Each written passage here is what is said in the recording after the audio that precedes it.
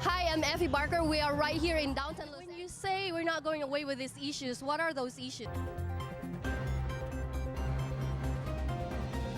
Good evening. Welcome to the special edition of I'm Effie Barker. They don't allow the family to stay after giving birth. And I think that was the shock for me. I think that was the greatest shock. Like, what? In the Philippines, as soon as you give birth, your family, you're surrounded by family comforting you, celebrating with you. There, I was like all alone. I had a C-section, by the way, emergency C-section. I've just given birth through via C-section, and I don't have anybody here with me supporting me. And this is the time where I need my mom, like telling you what to do, like assist you to motherhood and all that. And there's nothing. I can't even have my own husband here beside me. They have to let him go home at a certain time, and then they have to come back at a certain time as well. They're very strict. It's like I couldn't believe that, and then I just had to accept. Wow, so this is UK. This is UK life. Wow. Valerie would like to invite you to her show entitled Filipinos Rock with Ati Girl, a comedian, beauty queen, and designer. Join this comedy sing and dance night plus live DJ on the 29th of June at 6 to 11 p.m. at Tilao by Franco at 24-25 Quadrant Arcade, Romford, East London, RM1 3ED. Again, that's Tilao by Franco at 24-25 Quadrant Arcade, Romford, East London, RM1 3ED. The resale raffle draw after the show. For tickets, please contact 074 1331 6621. Again, that's 074 1331 6621. And just a note to our listeners, please understand you may occasionally hear our daughters talking in the background during the interview, and we're just going to leave it like that. Wow, I am actually right in front of a goddess. In Filipino, it's called Diwata. Finally, we are here. We made it. It's Valerie Bangs Garcia Birchmore. Tama.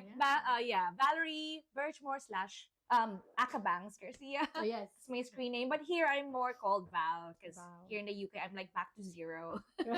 They probably won't understand what a bangs, but they don't know the fringe, yeah. How is Miss Valerie, Hello. Ava? Ava is my nickname at home. What an introduction. Grabe naman, Diwata.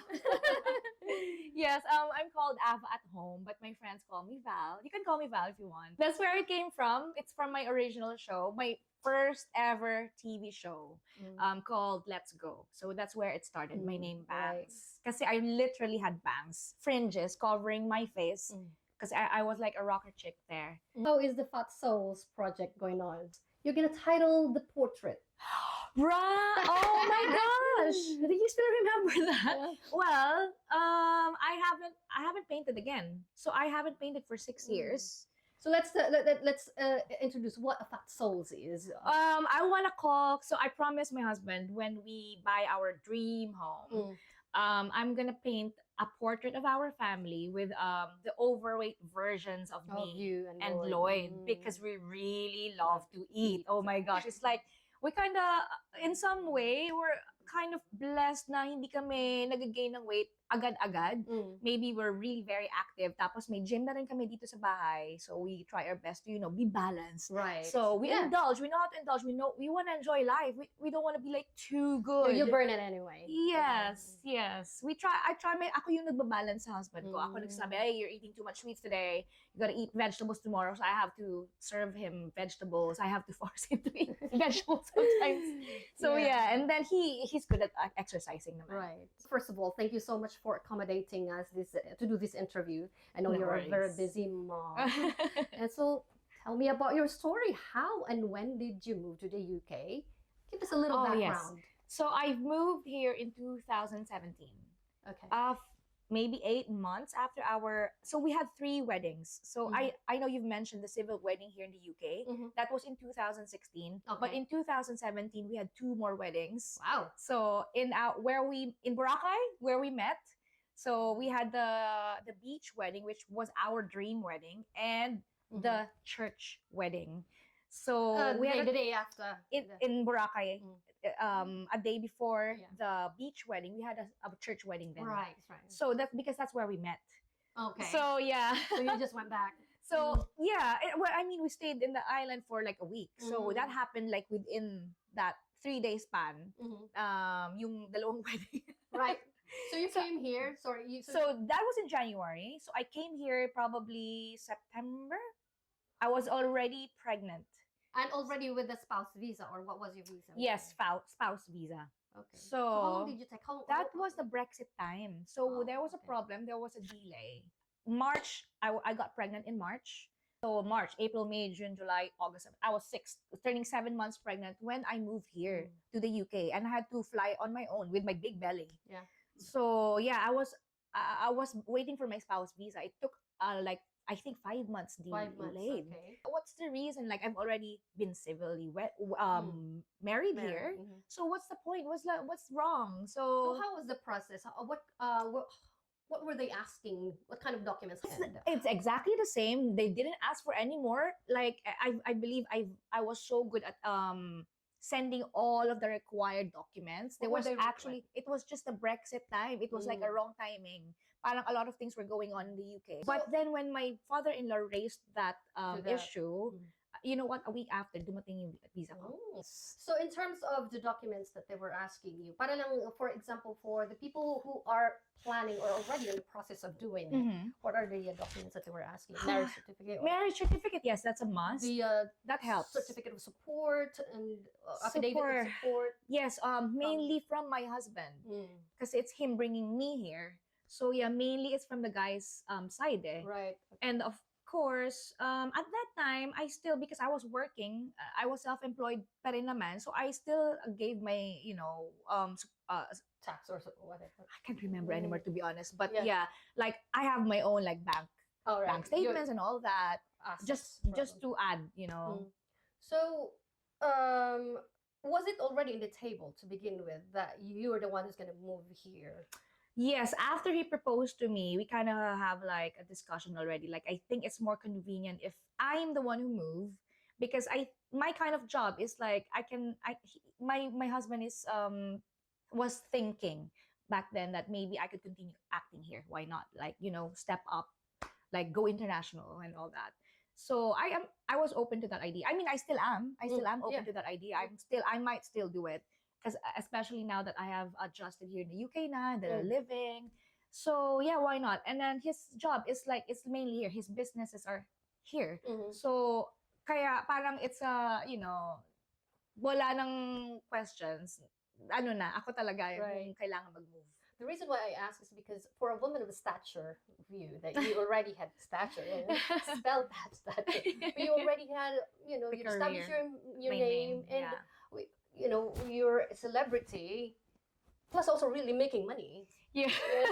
Actually, a lot of my friends were really surprised with my decision, because they really thought it's Lloyd who's gonna move there. But then I was also I was finding showbiz a bit toxic na rin at that time. Like I was getting stressed already, and all the late hours and all that. I thought it was very unhealthy. So I wanted to really have a break from it somehow. So I want to have a fresh start. So our kids are here. Yay! Mom is just having an interview, baby. You put the Tita Mercy Lyra. Keep working. Bring Isabel. playing. Hi guys. Interaction. So what was I saying? All right, so Sorry. you're the one who's really gonna move here. Yes. So yeah, my friends were surprised because I was really doing well. I was very busy, and then suddenly I declined a lot of projects because I knew already that he's the one. He's really the one. So I'm willing to sacrifice everything to start a family with him here. And I kind of like the idea of having like a more peaceful life here, like bringing up kids in a more peaceful surrounding. So I think I like that idea. And also I love the fact that there's NHS here.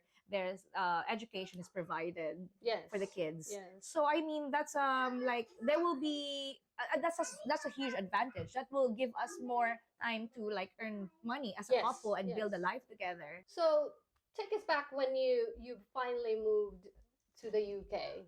When you landed in the first few days, weeks, months, how was it? So at that time, Lloyd has just bought a flat for us, but it wasn't totally ready yet. So we stayed in the house of his house and his parents' house for probably 2 to 3 months whilst waiting for the completion of the flat. And then we were also putting in furnitures with, so it was a very busy, as soon as I got here, it was very, very, very hectic, because we were, apart from we're preparing from my birth, we're also moving furnitures into our flat. Like we've been to IKEA and all that, like buying a lot of things, house stuff. So it was very fast paced, agad. And then we're all very excited. We're gonna be parents and all that. How was your interaction with the community? With the community, you mean the Filipino community? All were they your neighbors when you go to the store? How was your interaction? Were you treated differently, or No, I find that they're friendly. how was your adjustments? My adjustment, well, I didn't feel the difficulty until, I guess, after giving birth. Kasi when I moved here, I was pregnant. So we've moved houses. I did massive leaps in life. So it was kind of like, I guess the difficulty of adjusting was like concealed by the motherhood, You the were overwhelmed. new environment. Yeah, overwhelming. It was overwhelming. I was overjoyed. And then I felt a bit of blues when I gave birth kasi I don't have my family here. So there was a bit of loneliness, but as I've said, it's always concealed with the fact that I'm a new mom, new experiences. Like, it's overwhelming. It's like there's no time to like feel the blues really. Like it's always just parang pasulpot-sulpot lang. And then totally it was gone, and then I got pregnant again. That's when I started feeling like, oh my gosh, I've been there. I've been here, I've done this. Like, what's new? I'm missing my family. Like, did you feel helpless, or which part of it that you were overwhelmed? Not yet there. When the pandemic happened, that's where I really got depressed. So I had a depression. Kasi I couldn't just like see my family anytime I wanted to, like I used to.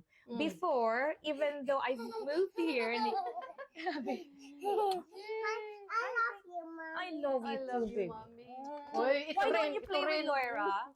Go upstairs, Lyra? You play. Why don't you play with Lyra? My baby. Why don't you take her upstairs and play again? Lyra, Hey, do you want to go? go saka. Toilet. Go You want to? Oh, good girl. Thank you. Thank you, baby. I was asking, which part of it that you were overwhelmed? First of all, after a few months, you're gonna realize, wait, there are not much Filipinos here, so it's all the British, the accent. Filipinos are Americanized, right? Yes. We're used to that kind of accent, and when I got here, it's like it's harder to understand. Like you don't just easily understand everybody, especially some like eat their words. Like I'm gonna be honest. Like my father-in-law, I found it hard to understand him for the first few months. But when I lived here already, I realized, oh, okay, it's not that hard. Like I'm adjusted to his kind of speaking. But the thing is, the British don't always have the same accents. Right. So for sure there are language barriers here. Like I think anywhere a Filipino goes, I mean whoever is who has migrated to a different country, there are a lot of words that when you translate to English, it doesn't sound or feel the same, or it doesn't exactly mean the same. Exactly. Yeah. So yeah. What else? Did you have a Oh, also I've also noticed that they are more uptight here. Like unlike Filipinos are like more what do you call it? More easygoing. So here they're more proper. So they don't like it when you just suddenly take pictures of their kids, or you're like on your phone in a family gathering. They don't like that. They find it disrespectful. So you gotta be respectful as well towards them. Like you have to adjust with the entire environment. You have to, especially now that I'm living here, you have to abide to their rules, to their laws, and all that. So would you say that you had a shock culturally?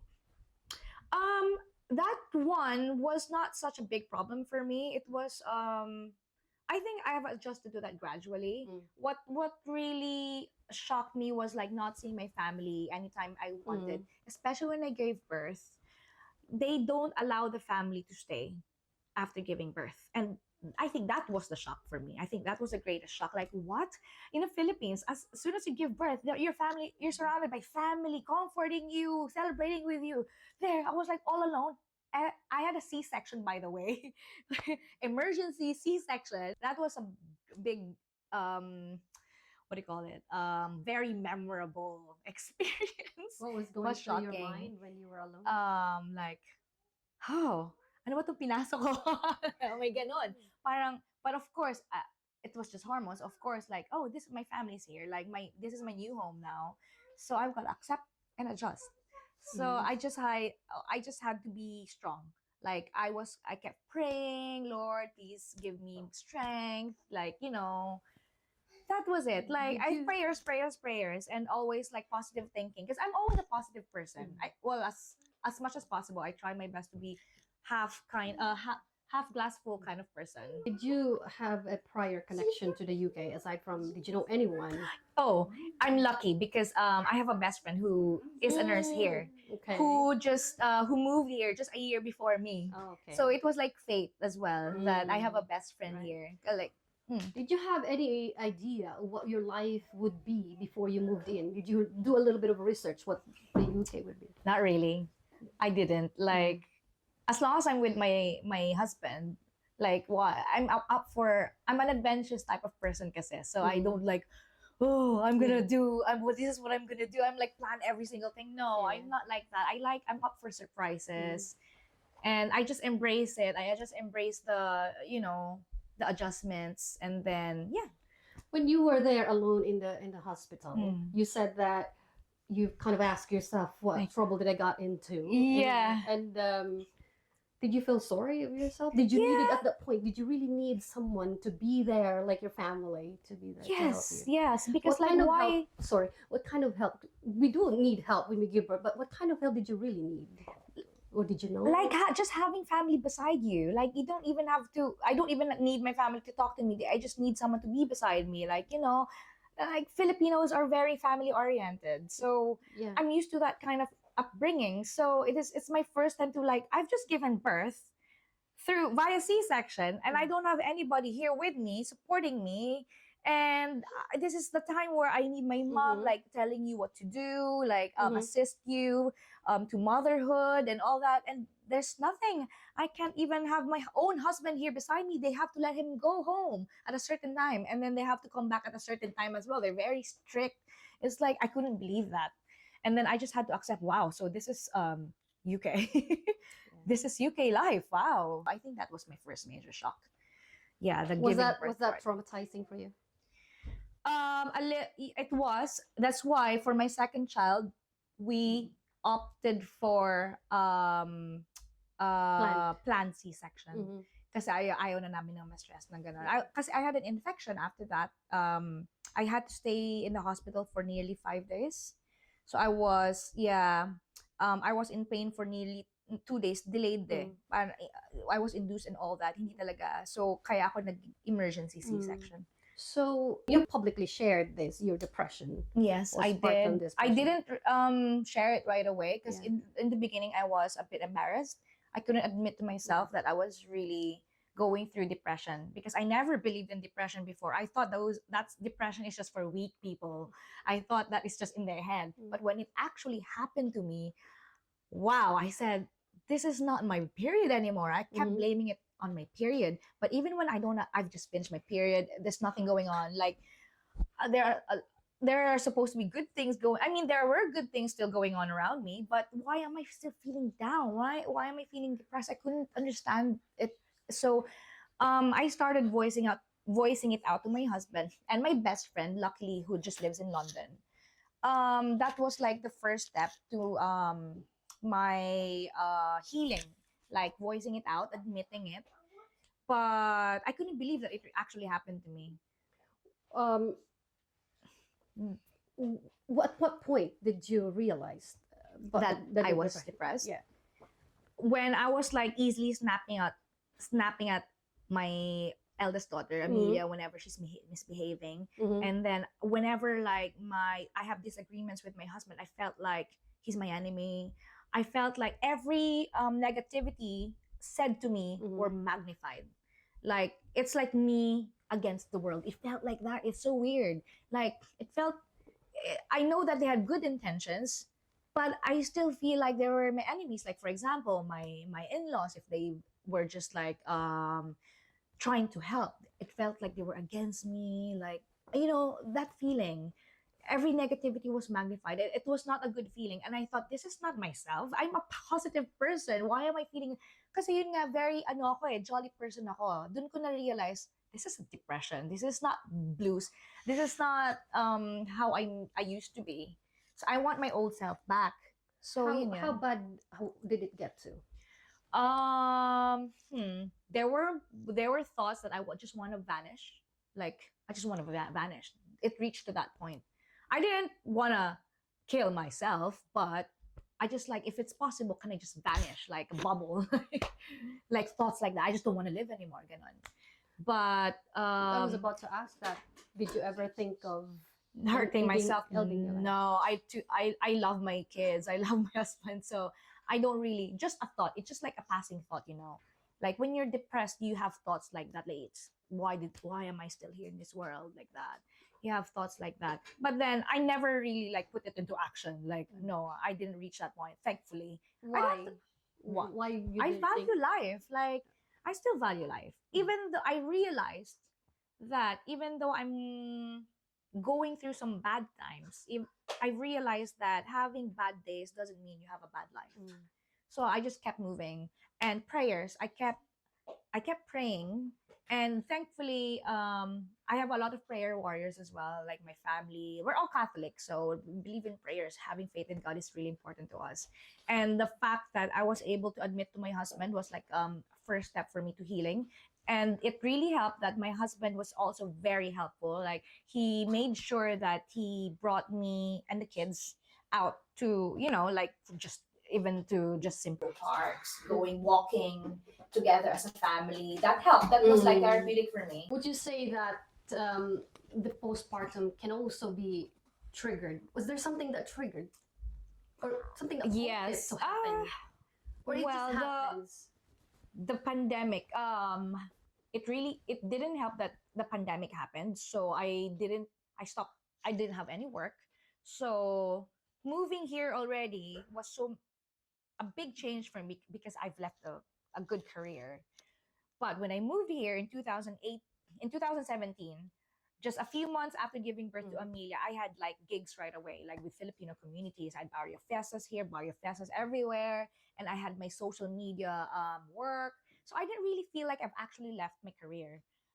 But when and then from time to time, like probably twice a year, I would go to see my family. But when the pandemic happened, you can't go anywhere. Even in social media, there was no work. So it felt, because I'm a workaholic person, I love to work. It gives me a sense of purpose.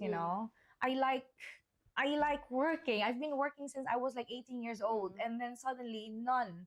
And I felt like helpless. I felt useless. It's a big change. Yes, I felt useless. I think that's what triggered it. Like also, like when you see the social media, you can't help but see a lot of successful people, and you don't know if they really are successful. Some are really just pretending. But the fact that you see like this beautiful things on social media, sometimes that's why social media is toxic. It's not really healthy. Like it's good to be detached from it from time to time, because you see a lot of fake stuff, a lot of good things, and then you feel like miserable. Yeah. Because you feel like your life's not going anywhere. So just seeing good things on social media sometimes makes you more depressed. So I had like I had a I detoxed from social media during my depression as well. So as I've said, everything was magnified. All of the negativities were magnified.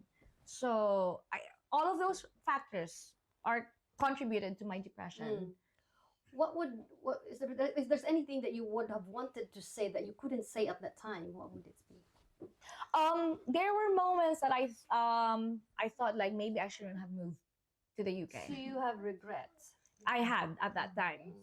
And then when I got over it, I realized no, I'm actually happy here. I've settled here, because at that time I haven't settled yet.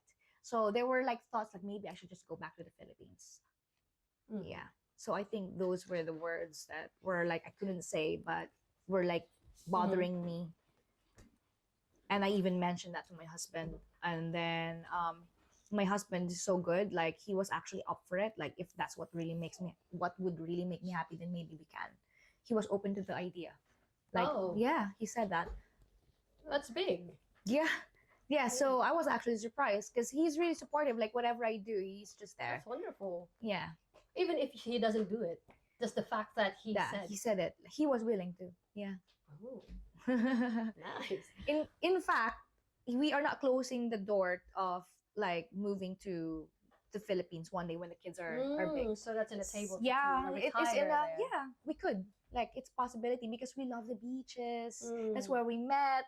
Yeah. Yeah, so Yeah, yes. Philippines is really important to us, and he knows how much I my family mean to me. Right. So I love my brother. I have a younger brother who has Down syndrome, Mm. and he's very close to me. He's my first baby. Like that's why like being a mom is like a bit innate to me already Right. when I had kids Yeah. because of my brother. I had like a bit of a practice.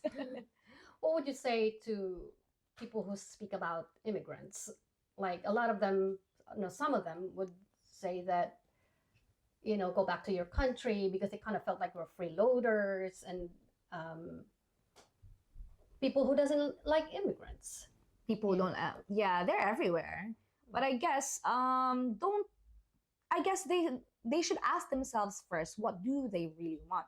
Do they really want to be successful in this country? What's their main goal? Mm. And if their heart says to stay here, then fight for it. Don't mind whatever people Mm. are. You're not here to please them. Mm. Make yourself happy. Please yourself. Please your loved ones. Not those people, negative people around you. Mhm. Don't listen to them. Right. When you were experiencing postpartum, did you understand really what a postpartum is? No, as I've said, I really didn't believe in the depression before, probably right? didn't know what was it. I didn't know really. I thought I call it just blues before. Yeah. But when I started having thoughts of like vanishing in this world, this is not right. This Yeah. is like this is depression. This is so dark. These are dark thoughts. Yeah. So I don't really know myself to have I haven't known myself to have those dark thoughts before. Mm. So dun talaga yung sabi ko, depression ito. It's not healthy. I gotta speak to someone. But it didn't reach to a point where I had to like talk to a psychiatrist or anything. I Mm. think my therapy was talking to my loved ones, to my family. Mm. That helped me a lot. And doing family things together with my husband. It was my idea of my husband to always take me out because he could see that I'd forget about it whenever we're out doing family things together. And then I started vlogging. Vlogging was also my part of my therapy. It helped. Yeah. Kept me busy. Now that you've gone through that, what is a postpartum depression? How would you define it? You know what? I think sometimes it's lack of the weather here in the UK is so gloomy, isn't it? Lack of vitamin D as well. Mm. You have to get out there. Like it's not good to be secluded. Just always stay in your house. That's what I've learned. You have to go out, exercise, move. That really helps. And then you have to have some vitamins like vitamin B complex and is it magnesium? It helps you. It fights depression. So There I are think you have medications. yes, you have to have I don't believe in medications, but supplements maybe. Mhm. I am not pro medications. I Medications, want to go organic as much as possible. But Right. supplements are not bad. Like sometimes may mga nutrients ka lang na kailangan intake kasi you don't really get much from just eating it. So you have to have a little bit of help from supplements like Yes. vitamin B, magnesium, Mm. omega-3 fish oil. That will help you with your positive thinking, like emotionally, everything.